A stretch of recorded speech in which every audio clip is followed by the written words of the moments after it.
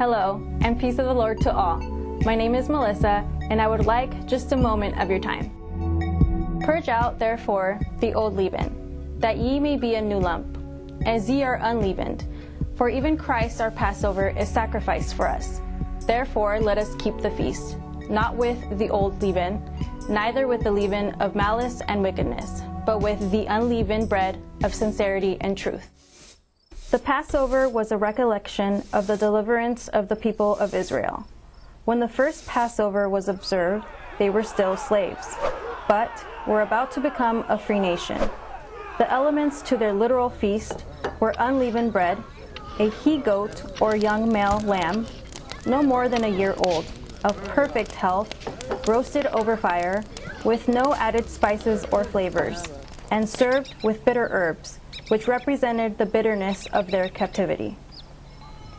They were to eat this meal in a hurry, fully dressed, as if to go on a journey, because they were about to flee the land of their oppression. The supper of the Lord, or Holy Supper, bears much resemblance to the Passover. But make no mistake, it is a different festivity. The Lord Jesus Christ himself celebrated the Passover more than once in his lifetime.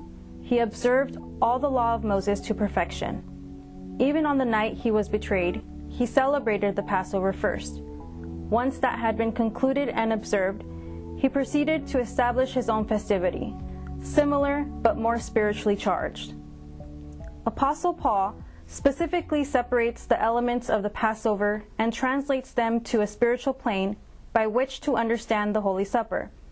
The leaven of malice and wickedness needs to be removed, so that our bread can be unleavened, a bread of sincerity and truth. The bitter herbs, which represented the suffering of the Hebrews in Egypt and the strife of their journey to the promised land, are now also represented by the hardships of our journey until we reach our own promised land, which is not of this world. The supper of the Lord is also a remembrance. When the Lord established it, his people, his church, was greatly still under the bondage of sin, unaware of the salvation that was approaching and would soon be sealed. Jesus, in that first moment, used it to announce his death to his disciples. The breaking of bread foreshadowed the breaking of his own body, the wine foreshadowing the spilling of his own blood. Jesus, much like the Passover lamb, was perfect, without blemish. He was the Son of God. Could anyone be more perfect than that? And he is our Passover. Take, eat.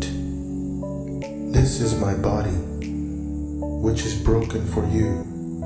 This do in remembrance of me. The veil that once obstructed access to the Holy of Holies was torn at his death. Through Jesus, all things were left in plain sight, for all people to gain access to the things of heaven.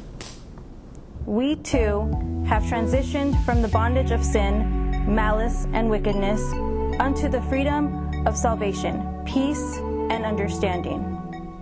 The Passover was a remembrance of their past, their transition from bondage to liberty, from slaves without rights to masters of their own lives.